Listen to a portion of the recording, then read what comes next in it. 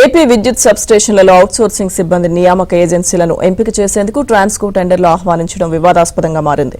ఈ మొత్తం వ్యవహారంలో ట్రాన్స్కోలో కీలక బాధ్యతల్లో ఉన్న డైరెక్టర్ ఒకరు మంత్రి పేషి పేరుతో చక్రం తిప్పినట్టు తెలుస్తోంది.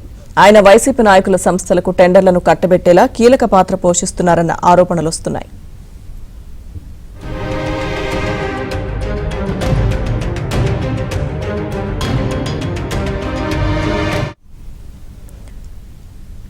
విజయవాడ, కడప, వైజాగ్ జోన్లలో 132, 220, 400 kV సబ్స్టేషన్ల పరిధిలో ఆపరేషన్, మెయింటెనెన్స్ పనుల నిర్వహణ నిమిత్తం అవుట్సోర్సింగ్ సిబ్బంది నియామకం కోసం మ్యాన్ పవర్ ఏజెన్సీలను ఎంపిక చేసేందుకు ఈ నెలలో 12 కోట్ల విలువైన టెండర్లను పిలిచారు.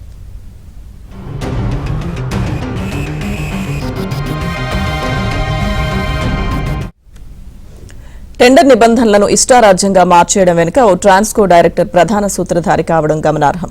వైసీపీ హయాంలో డైరెక్టర్గా బాధ్యతలు చేపట్టిన ఈయన కూటమి ప్రభుత్వంలోనూ కొనసాగుతున్నారు.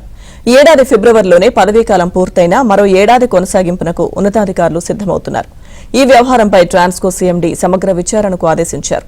వీటన్నింటినీ ఆంధ్రజ్యోతి వెలుగులోకి తీసుకురావడంతో ఉన్నతాధికారులు ఆ టెండర్లను రద్దు చేశారు.